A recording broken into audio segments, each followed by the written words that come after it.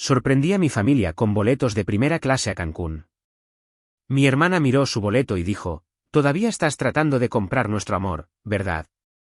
Luego papá añadió, «En realidad, no le gustas a nadie de aquí». Yo solo sonreí y asentí. Entendido. Luego me alejé. Una semana después, no dejaban de llamarme, deseando no haber dicho nunca esas palabras. Simplemente respondí, demasiado tarde. Soy Beatriz Cárdenas, tengo 38 años, y había pasado semanas planeando esta noche en un elegante restaurante de la Ciudad de México, con la esperanza de ganarme finalmente un poco de respeto. Había triunfado en el mundo de la tecnología, había creado una aplicación que se vendió por millones y, sin embargo, mi familia nunca me consideró suficiente. Esa noche, los sorprendí con boletos de primera clase a Cancún, pensando que eso cerraría la brecha. Mi hermana sonrió con desdén, arrojando su boleto sobre la mesa. «Todavía estás tratando de comprar nuestro amor, ¿verdad?», dijo, con la voz destilando desprecio. Mi padre se reclinó, riéndose entre dientes. «En realidad, no le gustas a nadie de aquí», añadió, lo suficientemente alto como para que las mesas cercanas se giraran. Mi madre solo miraba su plato, silenciosa como siempre. Las palabras me hirieron profundamente, pero no me inmuté. Sonreí, asentí y dije, «Entendido». Luego salí, con sus risas resonando detrás de mí. En el estacionamiento, mi teléfono vibró con un mensaje de texto de mi hermana, «Buena suerte comprando respeto». Ese fue el momento en que decidí que se arrepentirían de esas palabras. Unas semanas después, mi teléfono se inundó de llamadas de ellos, rogándome que parara, pero ya era demasiado tarde. ¿Y ustedes? Si estuvieran en mi lugar, ¿los perdonarían o dejarían que enfrentaran las consecuencias? Compartan sus opiniones en los comentarios. Me encantaría saberlo. Al crecer en nuestra casa de Valle de Bravo, yo siempre fui la sombra. Mi hermana, Sofía, 3 años mayor, era la estrella, vibrante, segura de sí misma, la hija que mis padres adoraban. Yo era Beatriz, la callada, la que se desvanecía en los rincones. A mi padre se le iluminaba el rostro al ver sus calificaciones, sus trofeos de fútbol, su risa audaz. «Esa es mi chica», decía, con voz cálida. Para mí, suspiraba. «Eres demasiado tímida, Beatriz». Como si el silencio fuera un defecto. Mi madre permanecía callada, con los ojos en su libro, dejando que sus palabras se asentaran sobre mí. Aprendí pronto a mantener mis esperanzas pequeñas, a ocultar mi chispa para que no la apagaran. Cuando tenía 10 años, construí un cohete a escala para una feria de ciencias, pasando noches perfeccionando cada detalle. Se lanzó más alto que ningún otro, ganando el primer lugar. Corrí a casa agarrando mi cinta, esperando una sonrisa. En la cena, mi padre no levantó la vista. «El discurso de Sofía le consiguió una beca», dijo, pasando el pan. Sofía sonrió. «Algunas personas simplemente no están hechas para llamar la atención», bromeó. Se me hizo un nudo en la garganta, pero asentí, tragándome mi orgullo. Esa noche, me prometí a mí misma que algún día se lo demostraría, no con palabras, sino con algo innegable. La preparatoria fue la misma historia. Sofía lideraba el equipo de debate, su carisma llenaba nuestra casa. Yo encontré un escape en el laboratorio de computación, aprendiendo a programar por mi cuenta en máquinas toscas. Mi padre lo llamaba, perder el tiempo. Dijo que no me llevaría a ninguna parte. Mi madre me preguntó si mantenía mis calificaciones. Yo programaba de todos modos, hasta altas horas de la noche, construyendo aplicaciones calendarios, listas de tareas que se sentían como mi propio mundo. Para la universidad, ya vendía pequeñas aplicaciones, ganando lo suficiente para pagar mi matrícula. Sofía estudió marketing, un camino real, dijo mi padre, dándole una palmada en la espalda. Yo recibí un asentimiento y un «no te excedas en el trabajo». A los 23, lancé mi primera gran aplicación, un gestor de tareas que explotó en línea. Un gigante tecnológico la compró por 150 millones de pesos. Llamé a casa, con la voz temblorosa de emoción, esperando que finalmente me vieran. «Qué bien», dijo mi padre, y luego cambió el tema al nuevo puesto de Sofía en una importante firma de publicidad. Mi madre me envió una tarjeta. Sin firma. Sofía no se molestó en responder. Pensé que el dinero cambiaría su perspectiva, que les haría notar la mujer en la que me había convertido. No fue así. Todavía veían a la chica tímida, no a la que había construido un imperio de la nada. Me mudé a la Ciudad de México, fundé una empresa emergente tecnológica y lancé otra aplicación, una herramienta de productividad descargada por millones. Mi nombre apareció en artículos de la industria y di conferencias en cumbres de tecnología. Los extraños admiraban mi trabajo, pero mi familia nunca preguntó por él. En las cenas de Navidad en Valle de Bravo, mi padre interrogaba a Sofía sobre sus campañas publicitarias, su oficina en la esquina. Mi madre asentía, rellenando las copas. Yo me sentaba allí, mis logros enterrados bajo su charla.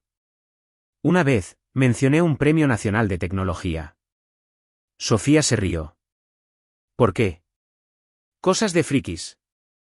Mi padre se rió entre dientes y mi madre desvió la mirada. Dejé de intentar compartir. Los años se acumularon, y también sus desaires. Cada visita a casa era un recordatorio, la vida de Sofía era el centro de atención, la mía, un pensamiento secundario. Cada hito, una nueva aplicación. 1 millón de usuarios era un desafío silencioso contra sus dudas. Pero en el fondo, todavía anhelaba su aprobación, una señal de que me veían. Por eso planeé ese gran gesto, esos boletos de primera clase a Cancún. Pensé que algo grande podría finalmente hacer que me miraran de otra manera. Esa noche en el restaurante de la Ciudad de México lo cambió todo. Había reservado una mesa en la esquina en un asador en Polanco, sus cortinas de terciopelo y sus relucientes candelabros creando un escenario que pensé que lo cambiaría todo. Durante semanas, había puesto mi corazón en la planificación de esta cena, creyendo que un gran gesto podría finalmente ganar su respeto. Había gastado casi 2 millones de pesos en boletos de primera clase a Cancún, uno para cada uno de ellos, guardados en sobres repujados. Imaginé el raro gesto de aprobación de mi padre. Tal vez «lo has conseguido, Beatriz». Imaginé la habitual sonrisa de desdén de Sofía suavizándose, a mi madre finalmente hablando con orgullo. Mi esperanza era un hilo frágil, pero me aferré a él. Mientras el camarero servía los platos de filete sellado, deslicé los sobres sobre la mesa. Una sorpresa para todos ustedes, dije, mi voz firme a pesar del aleteo en mi pecho. Sofía, siempre rápida, abrió el suyo, sus ojos recorriendo el boleto. Sus labios se curvaron en una mueca de desprecio. Todavía estás tratando de comprar nuestro amor, ¿verdad?, dijo, su voz lo suficientemente afilada como para cortar el suave jazz de la sala. Arrojó el boleto sobre su plato de pan intacto, el papel crujiendo ruidosamente. Mi padre se reclinó, su risa áspera y deliberada. En realidad, no le gustas a nadie de aquí, dijo, sus palabras retumbando, atrayendo las miradas de una pareja en la mesa de al lado. Un camarero se detuvo a mitad de paso, su bandeja tambaleándose. Mi madre retorció su servilleta hasta hacer un nudo, sus ojos fijos en ella, sin una sola palabra en mi defensa. Su silencio dolió más que su burla, un cuchillo retorciéndose en mis entrañas. Me senté allí, mis manos temblando bajo la mesa, mi cara ardiendo. Sus palabras no eran nuevas, pero en ese momento, se sintieron más pesadas, más afiladas, como si cada desaire de mi infancia se hubiera estrellado en esta única noche. Había pasado años construyendo un imperio tecnológico, esperando que me vieran. Había puesto mi corazón en esta cena, en esos boletos, pensando que podría cerrar la brecha. La mueca de Sofía se hizo más amplia, su tenedor golpeando la mesa mientras esperaba mi reacción. Mi padre bebió un sorbo de su vino, sus ojos brillando con diversión, como si mi dolor fuera un juego. El silencio de mi madre gritaba más fuerte que sus palabras. Su negativa a mirarme a los ojos fue una traición que no podía olvidar. La habitación se sentía sofocante, el tintineo de las copas y los murmullos de otros comensales se desvanecían en un rugido sordo. Forcé una sonrisa, mis labios apretados. Entendido, dije, mi voz tranquila pero fría como el hielo. Me levanté, mi silla raspando el suelo pulido, el sonido cortando sus risas. Todos los ojos en la sala parecieron seguirme mientras salía, mis tacones repiqueteando contra la madera, el aire fresco de la noche golpeando mi cara afuera. No miré hacia atrás. Había pasado mi vida buscando su aprobación, haciendo lo imposible para demostrar que era suficiente. Esa noche, algo se rompió. Ya no era la chica callada que podían ignorar. Se había acabado. A la mañana siguiente, me senté en mi condominio de la Ciudad de México, con el horizonte brillando a través de la ventana, e hice la llamada que había estado planeando desde que salí de ese restaurante. Mi abogada respondió al primer timbre. «Vende la casa de Valle de Bravo», le dije, con voz firme. «Empieza esta noche». Era mi herencia de mi abuelo, lo único que controlaba por completo. Por la mañana, un promotor había ofrecido 40 millones de pesos en efectivo. Sin preguntas. El trato se cerró, las cerraduras se cambiaron, y sentí que se me quitaba un peso de encima por primera vez en años. 3 días después, mi padre llamó, su voz temblando de rabia. «¿Qué diablos has hecho, Beatriz?», gritó. «Esa casa era el legado de nuestra familia, y la vendiste como una mocosa egoísta». Aparté el teléfono, sus palabras resonando con el mismo desdén que había escuchado toda mi vida. No respondí, simplemente colgué. El mensaje de texto de Sofía llegó a continuación, sus palabras goteando veneno. «Traicionaste a la familia, vendiendo la casa del abuelo de esa manera». Lo borré sin responder. Pensaron que podían hacerme sentir culpable para que retrocediera, pero ya no sería su saco de boxeo. A la mañana siguiente, mi madre apareció en mi puerta, con el abrigo abotonado firmemente contra el frío de la mañana. Se sentó en mi sofá, agarrando su bolso, sus ojos evitando los míos. «Estamos dolidos, Beatriz», dijo en voz baja. «¿Por qué no hablaste con nosotros primero?». Su voz era suave, pero no había disculpa, ni reconocimiento de los años que me había dejado ahogar en su negligencia. Esperé algo más, un atisbo de arrepentimiento, pero ella solo suspiró y se fue. Su visita me dolió, no porque hubiera venido, sino porque todavía no me defendía. Necesitaba a alguien que me viera, así que recurrí a mi novio, Emilio, un colega de tecnología que siempre había entendido mi empuje. Nos encontramos en un café tranquilo cerca de mi oficina, el zumbido de las máquinas de espresso llenando el silencio. Se lo conté todo, la cena, los boletos, la forma en que mi familia me destrozó. Emilio escuchó, con la mirada fija, sin interrumpir nunca. Cuando terminé, se inclinó hacia adelante. «Los has estado manteniendo económicamente durante años, ¿verdad?», dijo. Asentí, pensando en el fideicomiso familiar que había financiado para emergencias, la universidad para los hijos de Sofía, las facturas médicas de mis padres. «Es hora de cortarles el grifo», dijo con firmeza. «No te merecen». Las palabras de Emilio me golpearon duro, pero tenían sentido. Luego se acercó más, su voz baja. «¿Has revisado el fideicomiso últimamente?», preguntó. «Sofía ha estado gastando mucho, coche nuevo, vacaciones. Vale la pena investigarlo». Me quedé helada, mi mente corriendo a toda velocidad. Había establecido el fideicomiso hacía años, invirtiendo millones de las ventas de mi aplicación, confiando en que Sofía lo gestionaría de manera justa. La idea de que pudiera estarlo usando indebidamente se sintió como otra traición, pero no fue una sorpresa. Emilio se ofreció a sacar los registros financieros, sus habilidades tecnológicas eran perfectas para indagar en los detalles. «Vamos a averiguar qué está pasando realmente», dijo, apretando mi mano. Salí del café con una nueva claridad. Vender la casa era solo el comienzo. Mi familia pensaba que podía mantenerme en su sombra, pero estaba lista para salir a mi propia luz.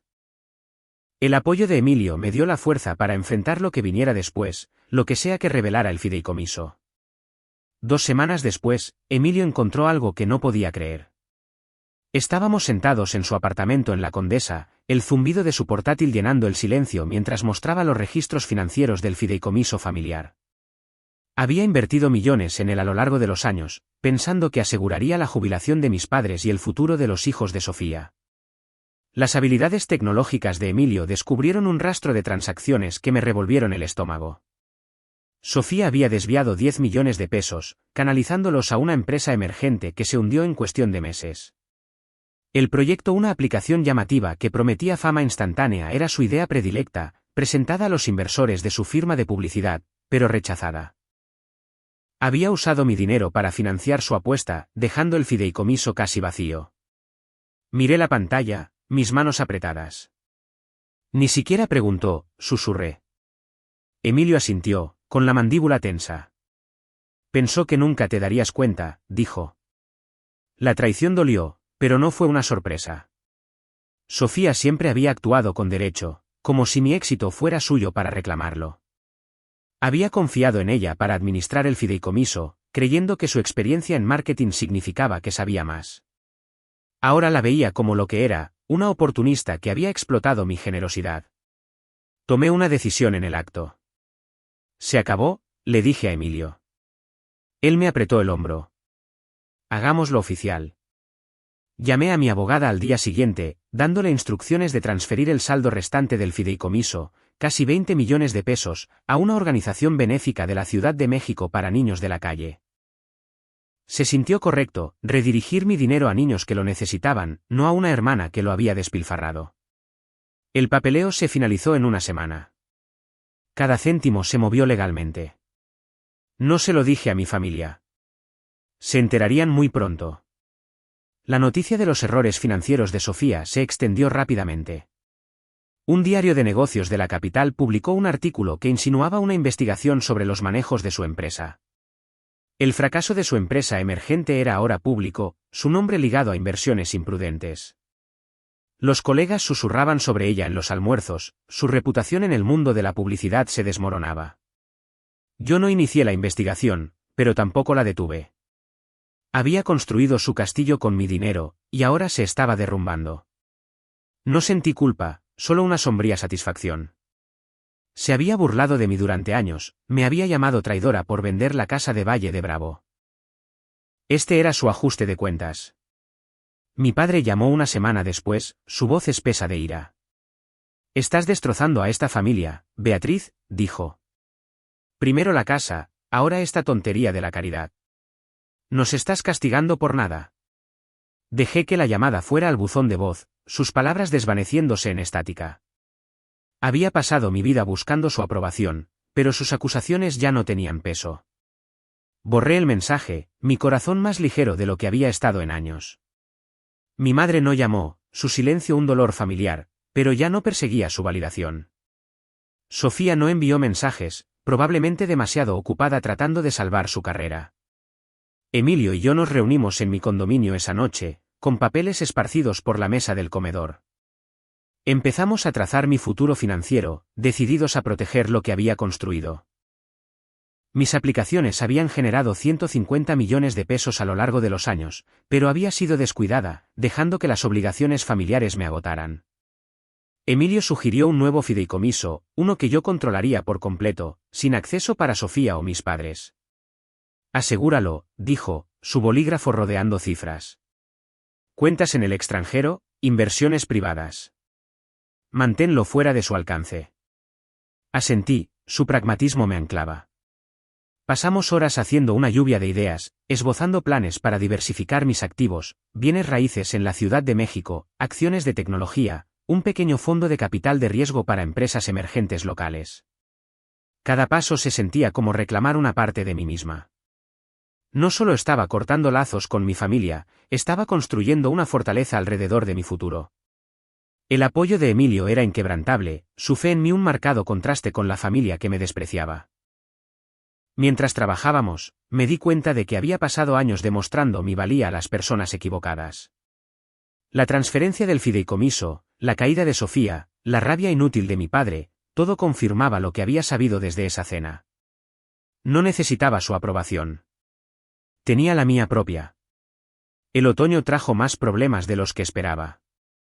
Mi padre contrató a un abogado para demandarme por la casa de Valle de Bravo, alegando que había robado un activo familiar.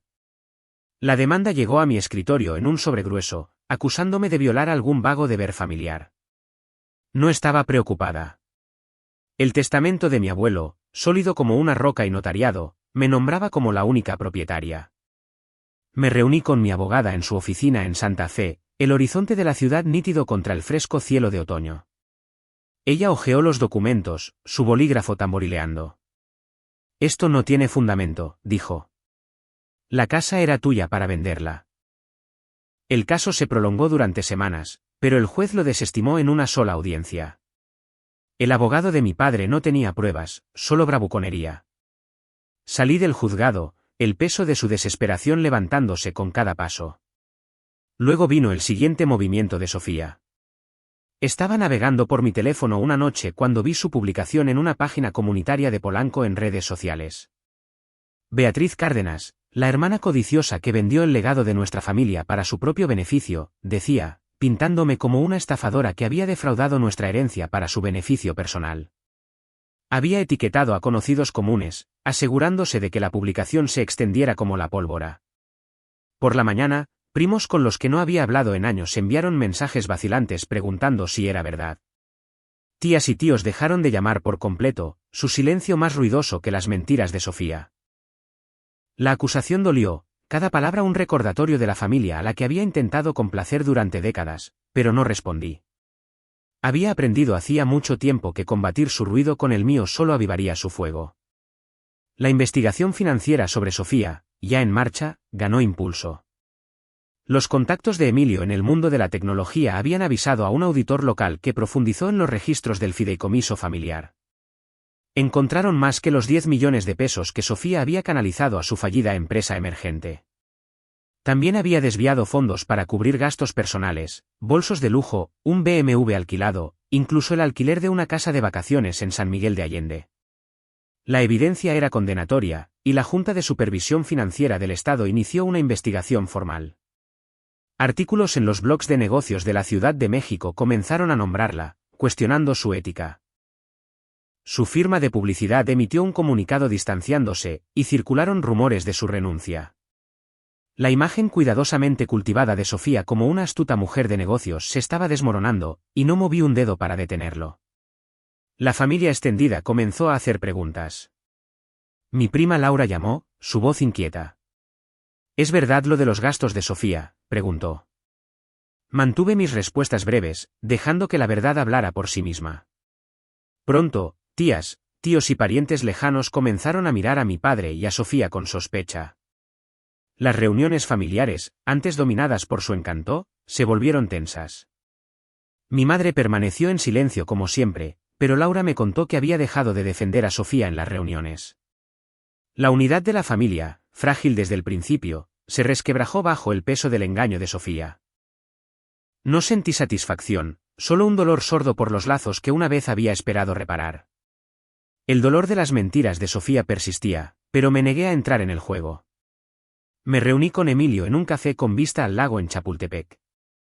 «Quiere que contraataques», dijo, revolviendo su café.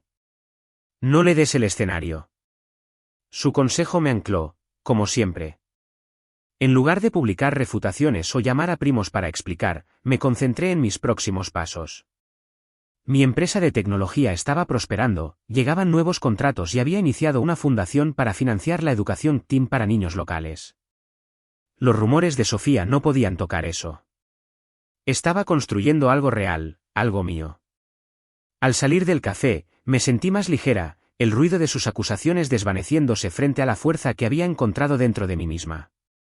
Una tarde de invierno, un correo electrónico cambió mi perspectiva. Venía del abogado de mi abuelo Guillermo, un nombre que no había oído desde que se resolvió su patrimonio años atrás. Adjunta había una carta escaneada escrita con su familiar caligrafía inclinada, fechada semanas antes de su muerte. Beatriz, comenzaba. Siempre has tenido un fuego dentro de ti. No dejes que nadie lo apague. Vive según tus valores, no según sus expectativas. Escribió sobre su orgullo por mi empuje, mi independencia, cosas que mi familia nunca reconoció. Me instó a forjar mi propio camino, a dejar ir a aquellos que no podían ver mi valía. Me senté en mi escritorio, la lluvia cayendo suavemente fuera de mi condominio en la Ciudad de México, las lágrimas empañando las palabras. Guillermo me había visto cuando nadie más lo hizo. Sus palabras se sintieron como una mano extendiéndose a través del tiempo, estabilizándome. El mundo de Sofía se estaba derrumbando. La investigación financiera, ahora pública, expuso su mal uso de más de 10 millones de pesos del fideicomiso familiar. Su fallida empresa emergente fue solo el comienzo. Los auditores encontraron pagos para lujos personales, desde ropa de diseñador hasta el alquiler de un yate para una fiesta de clientes. Su firma de publicidad la despidió, y los principales clientes cancelaron contratos, citando una ruptura de confianza. Un medio de noticias local publicó un artículo sobre su caída, vinculando sus falsas afirmaciones en las redes sociales sobre mí con su mala conducta financiera. Su reputación en la escena empresarial de la Ciudad de México, que alguna vez fue su orgullo, yacía en ruinas. No me puse en contacto. Había construido su imperio sobre mentiras, y lo vi desmoronarse desde lejos, sin sentir ni alegría ni arrepentimiento, solo cierre. Mis padres enfrentaron su propio ajuste de cuentas. La demanda fallida por la Casa de Valle de Bravo les costó miles en honorarios legales, agotando sus ahorros. La insistencia de mi padre en la demanda, alimentada por el orgullo, resultó contraproducente cuando primos y tías se enteraron de sus intentos y los de Sofía por socavarme. Las reuniones familiares se volvieron frías hacia ellos, los parientes susurrando sobre su codicia. Mi madre, siempre silenciosa, perdió el respeto de sus hermanos, quienes vieron su inacción como complicidad. Su posición social, que alguna vez fue motivo de orgullo, se desvaneció a medida que la familia extendida se unió en torno a la verdad. Me enteré por una prima de que habían solicitado un préstamo para cubrir gastos, su estilo de vida ya no era sostenible. Sentí una punzada de tristeza, pero pasó. Sus elecciones no eran mi carga. Había comenzado terapia ese otoño, reuniéndome semanalmente con una consejera en una acogedora oficina en la Roma Norte.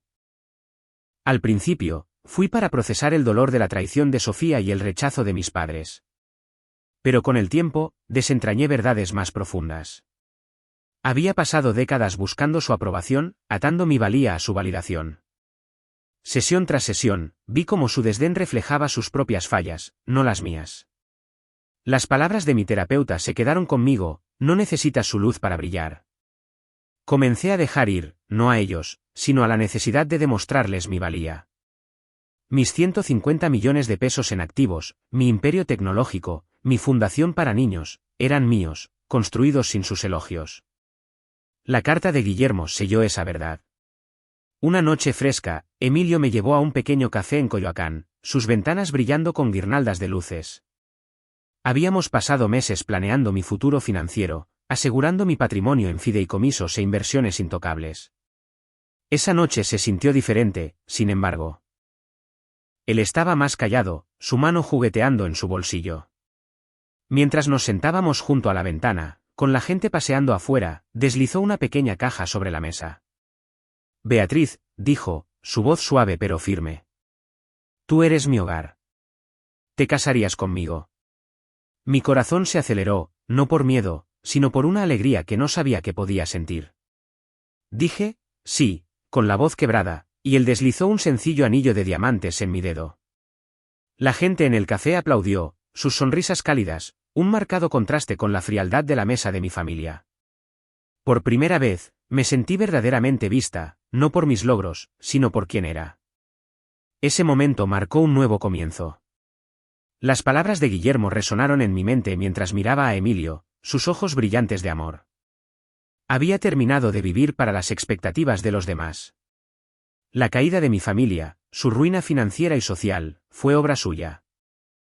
Había construido una vida que honraba mis valores, fuerza, integridad y propósito. Al salir del café de la mano, el peso de mi pasado se sintió más ligero que nunca. Estaba lista para lo que viniera después, no como su hija o su hermana, sino como Beatriz, completa y libre. Un año después de esa cena, estaba de pie con un vestido blanco. La pequeña iglesia en San Ángel brillaba con la luz de las velas, sus bancos de madera llenos de amigos y colegas que se habían convertido en mi familia elegida. Emilio esperaba en el altar, su sonrisa firme, anclándome mientras caminaba por el pasillo. Mi padre, mi madre y Sofía no estaban allí. No los había invitado. La ausencia no dolía como podría haberlo hecho antes. Había hecho las paces con su silencio. Su ausencia fue una elección que ya no cuestionaba. La ceremonia fue sencilla, llena de risas y votos que se sintieron como promesas a mí misma tanto como a Emilio. Mientras intercambiábamos los anillos, sentí una fuerza tranquila, una certeza de que aquí era donde pertenecía. Mis padres se habían desvanecido de mi vida. Me enteré a través de una prima que mi padre y mi madre estaban luchando, sus finanzas desmoronándose bajo el peso de los préstamos tomados para cubrir la demanda fallida. La familia extendida, antes leal a ellos, se había alejado, su confianza erosionada por la verdad de las acciones de mi padre y Sofía. Las reuniones festivas ya no los incluían, los parientes eligiendo la distancia sobre el drama. No me puse en contacto. Su mundo construido sobre el orgullo y el control se había derrumbado, y ya no sentía la necesidad de arreglarlo. El silencio de mi madre, antes una herida, era ahora solo un hecho, como el aire fresco fuera de la iglesia. La caída de Sofía fue completa. Las consecuencias legales de su mala conducta financiera llevaron a un cargo formal de malversación de fondos vinculado a los 10 millones de pesos que había malversado del fideicomiso familiar. El colapso de su empresa la dejó sin clientes, su nombre en la lista negra de los círculos empresariales de la Ciudad de México. Un tribunal le ordenó devolver lo que pudiera, pero sus ahorros habían desaparecido, gastados en empresas fallidas y compras lujosas. Intentó reconstruir su imagen con disculpas públicas, pero el daño estaba hecho. Sus mentiras sobre mí, expuestas como desesperación, solo profundizaron su aislamiento. Leí sobre ella en un breve informativo, su rostro un fantasma de la hermana segura de sí misma que una vez conocí. No sentí ningún impulso de confrontarla. Sus consecuencias eran suyas. Había volcado mi energía en algo nuevo, una fundación nombrada en honor a mi abuelo, Guillermo, dedicada a ayudar a mujeres jóvenes en México a lanzar empresas emergentes tecnológicas. El Fondo Guillermo Cárdenas ya había otorgado 20 millones de pesos en becas, apoyando a programadoras y emprendedoras que me recordaban a mi yo más joven. En la primera gala de la fundación, celebrada en el salón de un hotel en Reforma, vi a una joven de 20 años presentar su aplicación a los inversores, sus ojos brillantes de ambición. Vi el legado de Guillermo en ella, no en la casa que había vendido ni en la familia que había dejado atrás. El trabajo me llenó de propósito, un recordatorio de que mi valía no estaba ligada a quienes me despreciaban. A través de todo esto, había aprendido una verdad que lo cambió todo: el autorrespeto es vivir para uno mismo, no para la aprobación de nadie. El rechazo de mi familia, sus acusaciones, sus mentiras, eran espejos de sus propios fracasos, no de los míos. Había pasado años tratando de demostrar que era suficiente, pero no necesitaba su validación para saberlo. Mi éxito, mi empresa, mi fundación, mi matrimonio, era mío, construido bajo mis propios términos. La terapia me había ayudado a ver eso, y la carta de Guillermo lo había sellado. Llevé esa lección conmigo, un mantra silencioso que guiaba cada paso. Emilio y yo salimos de la iglesia de la mano, adentrándonos en el aire fresco de la tarde. Nuestra nueva vida se extendía ante nosotros, libre de las sombras de mi pasado. Había cortado los lazos con mi familia por completo, no por ira, sino por claridad.